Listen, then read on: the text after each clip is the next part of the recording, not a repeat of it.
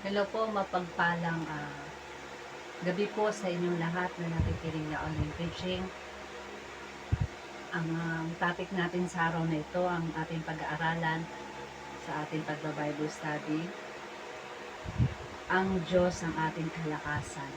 Kapatid, ang Diyos ang ating kalakasan. Yan po ang ating itatopic sa Isaiah chapter 40, verse 31 po. Sabi dito, ngunit muling lumakas at sumigla ang nagtitiwala kay Yahweh. Lilipad sila ng tulad ng agila, sila'y tatakbo ngunit hindi mapapagod, sila'y lalakad ngunit hindi manghihina. Pero bago yan, mag-pray muna po tayo para gabayan tayo ng ating Panginoon sa itatapik natin sa araw na ito. Tayo po yumuko, tayo manalangin. Amang Diyos na makapangyarihan sa lahat na may likha ng langit at lupa. Sa araw na ito, Father God, patawarin mo po kami sa aming mga nagagawang kasalanan, di man ito sinasadya sa isip, salita at sa gawa. In Jesus' name. Salamat Lord God sa kalakasan na binibigay mo. Salamat muli mo akong gagamitin sa paghahayag ng iyong salita, Panginoon. Salamat sa blessing, Panginoon. At sa araw na ito, Father God, langisan mo nga aking labi sa paghahayag ng iyong salita. Loban mo po ako, Father God, ng knowledge, wisdom, divine authority at discernment. Jesus name, hallelujah. Ang kapangyarihan mo ang siyang dumalin, Lord. Hindi ko po ito magagawa kung hindi mo ko sasamahan. Holy Spirit, sa kalagitnaan, Panginoon. Holy Spirit, inaanyahan ko po kita sa kalagitnaan po na ikaw po ang siyang kumilos sa kalagitnaan at sa bawat makakakinig na tumimo sa puso nila ang mensahe mo, Panginoon, at patuloy po silang magkaroon ng tunay na relasyon sa iyo, Panginoon. Sa pangalan ni Jesus, Amen. Ulitin ko lang po yung ating itatapik as ang Diyos ang ating kalakasan. Sabi dito sa Isaiah 40 verse 31, ngunit muling lumakas at sumigla ang nagtitiwala kay Yahweh. Lilipad sila ng tulad ng agila, sila'y tatakbo ngunit hindi mapapagod. Sila'y lalakad ngunit hindi manghihina. Sa ating buhay kapag lumalapit tayo sa ating Panginoon at nagtitiwala at binibigay natin ang buong lakas sa ating Panginoon at magtitiwala tayo. Tayo'y palalakasin ng ating Panginoon. Parang kapag dumadaan ka sa mga pagsubok na nararanasan mo, hindi ka nangangamba at nagbibigay pa sa ito ng kalakasan at pagtitiwala mo kay Yahweh. Mga pagsubok na nararanasan mo, bagyo man yan, hindi ka pababayaan ng ating Panginoon. Siya'y nandyan. Hindi ka mapapagod. Kahit anumang pagsubok na nararanasan mo, hindi ka mapapagod dahil nandyan ang Panginoon. Dumarating ang pagsubok mo, pero nandyan ang Panginoon, hindi kanya pababayaan, kapatid. Kahit dumating ka, manghina ka, pero ang Panginoon nandyan, nagbibigay sa iyo ng lakas kapag nagtitiwala ka sa ating Panginoon. Pagsubok na nararanasan mo, dumating ka sa pagsubok, mapagod ka man, pero kapag lumapit ka sa Panginoon, bibigyan ka niya ng lakas. Amen po ba? Sabi dito, number 1, ang mahinang katawan ay palalakasin ng Diyos. Sabi dito sa Isaiah chapter 4 verse 10 to 13. Buksan po natin yung Isaiah po Isaiah. Ito natin Isaiah. Kaya napakabuti at dapat na ating Panginoon. Sabi po sa Isaiah chapter 4. Ito po sa chapter 4. Kaya masarap po ang pagbulay-bulayan ng ating salita ng Panginoon. Isaiah chapter 4 verse 9. Isaiah chapter 4 verse 10 to 13 po. Sabi dito sa 10 to 13, sabihin ninyo sa mga tao, mga tuwid, mapalad kayo sapagkat mapapakinabangan ninyo ang bunga ng inyong pinagpaguran. Amen. Kapag tayo matuwid sa ating harapan ng ating Panginoon, sapagkat mapakinabangan ninyo ang bunga ng inyong mga pinagpapaguran. Kapag tayo nakakilala sa ating Panginoon at patuloy tayong lumalapit sa Panginoon, at ang lahat ng ginagawa natin, tulad ng pakikinig, pag-relasyon mo sa Diyos, may pagpapala po yan. Lahat ng hirap natin sa mundo na ito, lahat ng for example, pagkilala mo sa Panginoon, paglilingkod mo sa Panginoon, dumaan ka man sa mga pagsubok, tinitesting ka ng Panginoon, pero lapit ka pa rin sa Panginoon. Sa harap ng Panginoon, ay lahat ng pinaghirapan mo, merong pagpapala sa ating Panginoon. Yan yung sinasabi dito, sabihin ninyo sa mga taong matuwid, mapalad kayo sapagkat mapapakinabangan ninyo ang bunga ng inyong pinagpaguran. Amen. Diba pag tayo po, for example po, kapag tayo nagtatrabaho, diba po pag tayo po yung nagtatrabaho, yung pinagpaguran po natin, sumisweldo tayo, nakukuha na natin yung sweldo natin, yung pinaghirapan natin, nabibili na natin ang gusto natin. Ganon din sa ating katulad din sa ating Panginoon. Lahat ng sacrifice ni Jesus sa krus ng Calvario, di ba po? Lahat ng sakripisyo ni Jesus Christ sa cross, na tayo nagkaroon ng kaligtasan sa mundo na ito. Yung sakripisyo ni Jesus Christ sa atin ay merong kaligtasan, merong buhay na walang hanggan kay Kristo Jesus na ating Panginoon. Kaya napakabuti ng ating Panginoon pagsasakripisyo ni Jesus Christ sa atin para magkaroon tayo ng kaligtasan sa mundo na ito. Dapat hindi natin baliwalain. Ganun din sa buhay natin. Patuloy tayong maglingkod sa Panginoon, huwag tayong manghinaan ng loob. Dumating ka man sa pagsubok, kapatid, lapit ka lang sa Panginoon. Tumawag ka lang sa Panginoon dahil ang Diyos na nandyan. Balang araw, lahat ng hirap mo dito, papawiin ng Lord, ng kagalakan, kalakasan sa ating buhay. Amen po ba? Kaya napakabuti at tapat ng ating Panginoon. Sabi niya din sa 11, at sa masasamang tao, kawawa naman kayo, ang sasapitin ninyo kapahamakan, kung ano ang inyong inutang pala. Kung ano ang inyong inutang, siya rin ang inyong kabayaran. Kung ano ang inyong ginawa, gayon din ang gagawin sa inyo. Amen po ba? Kaya tayo, kapag patuloy tayo gumagawa ng masama sa ating kapwa, parang sabi ng Panginoon, kawawa naman kayong sasapitin ninyo kapahamakan. Sabi, at sa mga masasama, ulitin ko lang po, at sa masasama tao, kawawa naman kayo, sasapitin ninyong kapahamakan. Kung ano ang inyong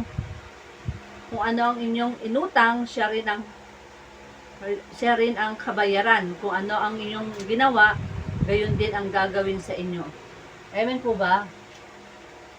Kaya kapag tayo nakakagawa ng kasalanan, kung anong inanim mo, siya rin aani mo. Kung nagtanim ka ng mabuti, aani ka ng mabuti. Kung nagtanim ka ng masama, aani ka ng masama. Yan po ang sinasabi ng Panginoon sa atin. Mapapahamak tayo kapag tayo patuloy nakakagawa ng kasalanan. Lahat po yan may kabayaran. Alam ng Diyos ang ating mga ginagawa sa mundo na ito. Amen po ba? Kung anong ginawa mo sa kapwa mo, siya rin gagawin sa iyo.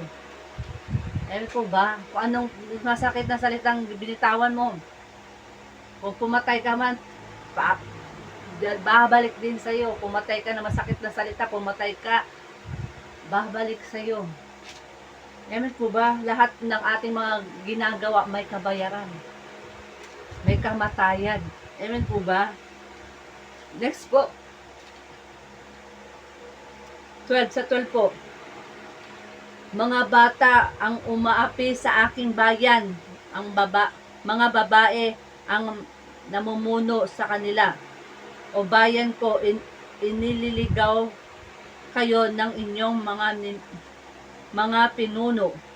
Nililito nila kayo sa daang inyong nilalakaran. Amen po ba? Kaya, kung sino man ang mga nang-aapi, for example, yung bansa natin, inaapi ng ibang bansa. Dapat hindi natin yan gantihan ng mga kapwa natin. Dapat hindi natin gantihan. Kapag dito, mga bata, mga umaapi sa aking bayan, o mga babae o namumuno sa kanila, o bayan ko, iniligaw kayo ng inyong mga pinuno, nilito nila kayo sa daang inyong nilalakaran. Amen. Kapag for example po, kapag may barkada ka or kaibigan, pag okay yung kaibigan mo, hindi ka mapapahamak eh. Hindi ka bababayaan. Kapag nasa mabuti kang tao, kung mabuting taong kasama mo, mabuti siya, hindi ka mapapahamak eh.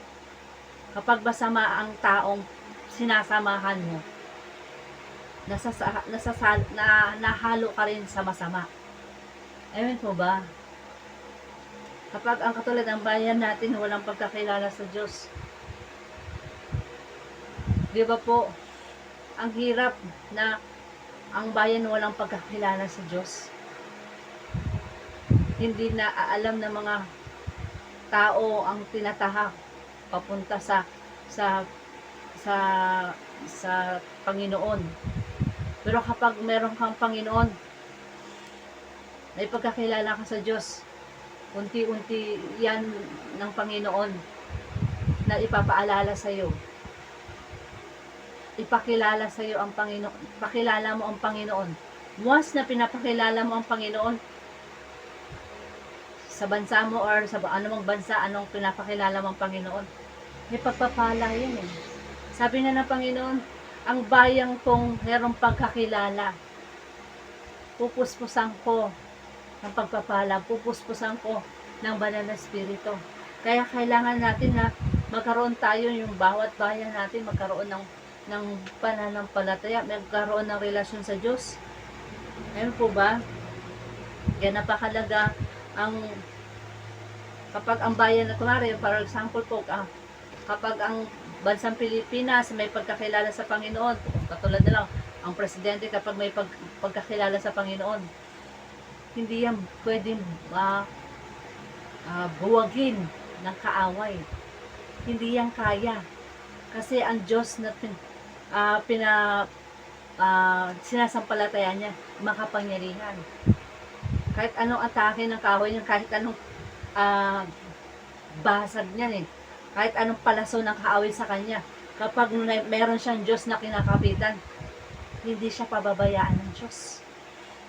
Ganun po tayo sa buhay natin. Kapag meron tayong relasyon sa Diyos, hindi tayo pababayaan ng ating Panginoon. Iniingatan tayo ng ating Diyos. Kung meron tayong pag-ibig sa Diyos, pananampalataya, yun po ay pinapaalala sa atin dito ng ating Panginoon. Kapag ang bayan natin walang pagkakilala sa Diyos, ligaw. Hindi nila alam mga tinatahak. Hindi umuunlad. Walang pagkakilala sa Diyos. Amen po ba? Ang nais ng Diyos sa atin, magkaroon tayo sa Kanya ng relasyon. Ang nais ng Diyos sa atin, bawat bayan may pagkakilala sa Diyos. Ito'y pinapalahanan sa atin ng Panginoon na magkaroon tayo sa Kanya ng relasyon. Kapag ibang katuruan na kapag ang Panginoon, for example po, kapag ang bayan natin may pagkakilala sa Panginoon, hindi tayo maliligaw. Pero kapag hindi pinapakilala si Jesus Christ sa mundo na ito, nililito tayo ng mundo. Amen po ba? Nililito tayo ng mundo. Ito na ba ako? Ano na ako? Wait lang po, Isaiah 4 pala yun, 4 chapter 10 to 13. Amen po ba? Sabi dito, number 12, tugtugin na lira, saan ba ako nawala na? Wait lang. 13 pala. Kaya mga bayan ko ay dadalhin bihag na hindi nila nalalaman. Mamamatay sa gutom ang kanilang mga pinuno at sa matinding uhaw ang maraming tao. Amen po ba?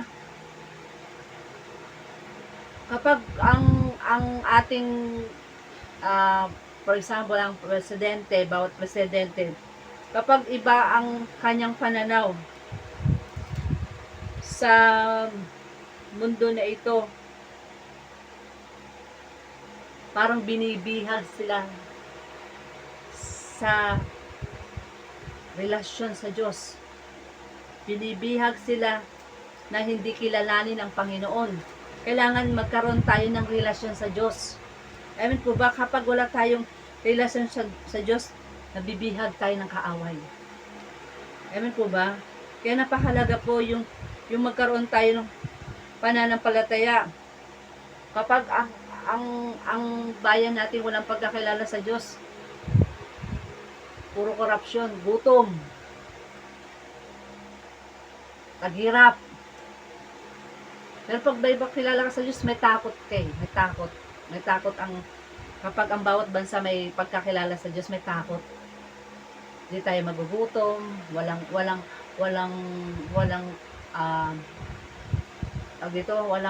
pag-aaway, aalitan, walang gulo ba? Walang gulo. Kaya napakabuti kapag meron tayong tunay na Diyos na nilalapitan sa ating Panginoon. Amen po ba? Kaya napakabuti at tapat ng ating Panginoon. Next po, number 2, ang Diyos ay hindi pababayaan sa kanyang ang Diyos ay hindi nagpapabaya sa kanyang mga pangako. Buksan po natin ang 2 Pedro chapter 3.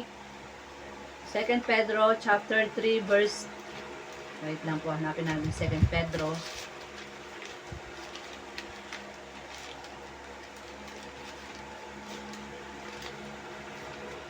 Ito po natin yung 2 Pedro.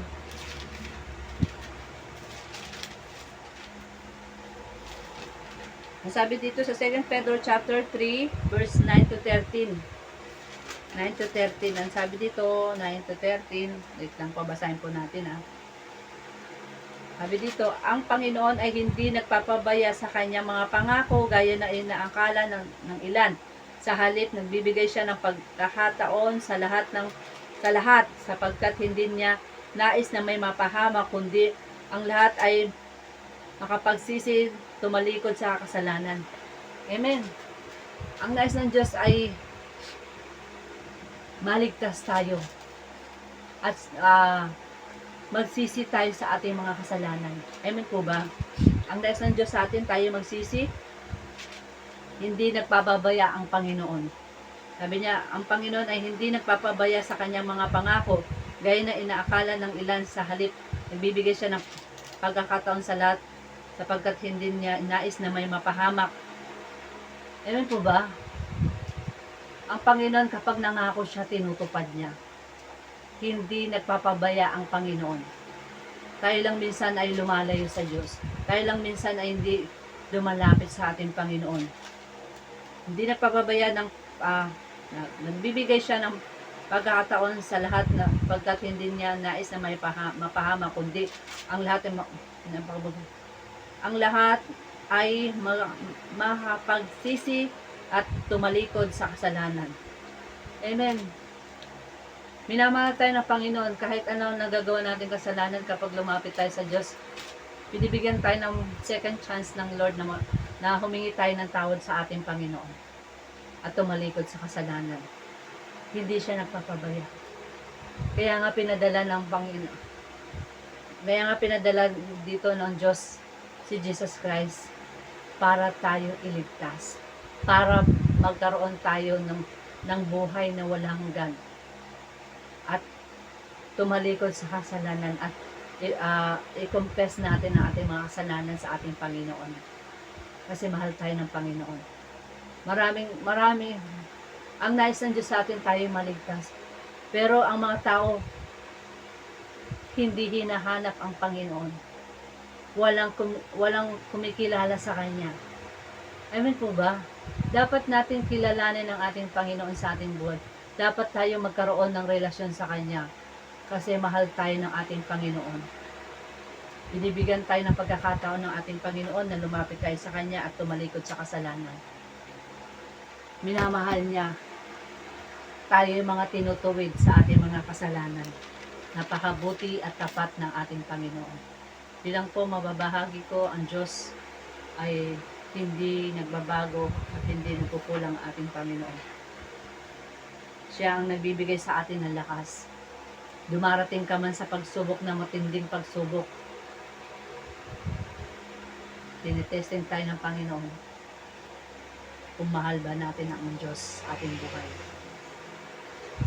Sa pagsubok na yan, matatagin ka ng Panginoon. Ang Diyos ay hindi nagkukulang sa atin. Mahal tayo kahit tayo makasalanan, inaabot tayo ng ating Panginoon. Nilang ko sa Diyos po ang lahat ng kapurihan. Tayo mo ko tayo manalangin. Ang Diyos na makapangyarihan sa lahat. Ikaw po ang milikha ng lahat ng bagay. Nababatid mo ang puso ng bawat anak mo, Panginoon.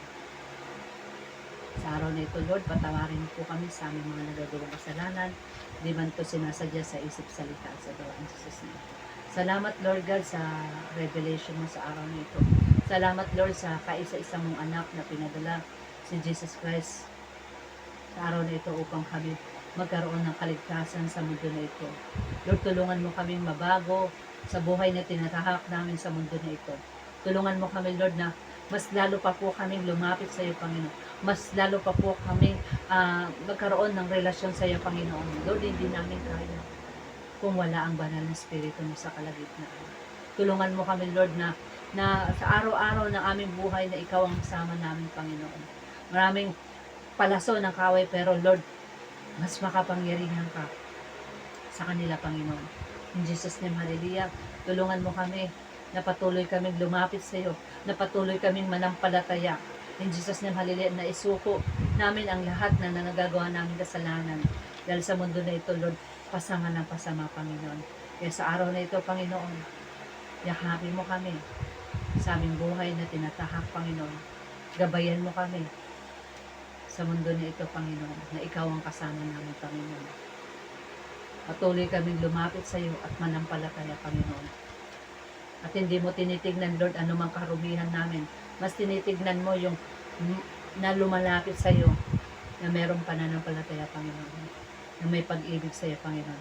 Dahil una mo nga kami, Lord, na inibig sa krus ng Kalbaryo. Salamat, Lord, sa krus ng Kalbaryo na sinabi mo sa Romans 5:8, ngunit pinatunayan ng Diyos ang kanyang pag-ibig sa atin na mamatay si Kristo para sa atin kung tayo'y makasalanan pa, Lord. Salamat, Lord, sa kasalanan na ikaw yung nagtubos sa amin sa krus ng Kalbaryo, Panginoon. Kaya, Father God, sa mga kasalanan namin na kami yung pinatawad, Panginoon Jesus na malililang. Kapangyarihan mo, Lord, ang siyang dumalit. Hallelujah, Lord God. Patuloy kang yakapin mo kami, Panginoon, at hindi ka po nagkukulang, Panginoon. Salamat, Lord, sa pag-ibig mo sa krus ng Kalbaryo, Panginoon. Na ito'y tumimo sa puso namin ang mensahe mo, Panginoon. In Jesus' name, hallelujah. Hallelujah, Lord God. God the Father, God the Son, God the Holy Spirit. Thank you so much. In Jesus' name, amen. Salamat po sa araw na ito. God bless po sa inyo lahat.